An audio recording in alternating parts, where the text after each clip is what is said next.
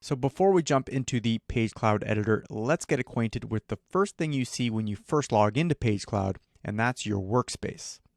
Okay, to access your workspace, simply log into your Pagecloud account.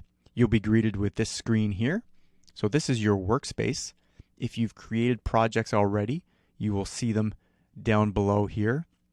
Each project is represented by a thumbnail, the project name, the domain name, and some links to open up the project. You can also see your role for the project if the project is live or in draft mode. And you'll have some other options here to duplicate the website. You can add team members, go to the site settings, and things like that. Over on the left, you'll see the workspace menu.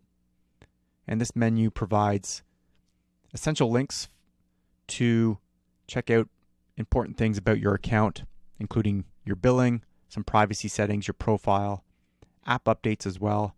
And you'll also have links to other Pagecloud tools, including their Chrome extension and their Pro Marketplace, a very handy place to find other Pagecloud professionals to help you build your dream website.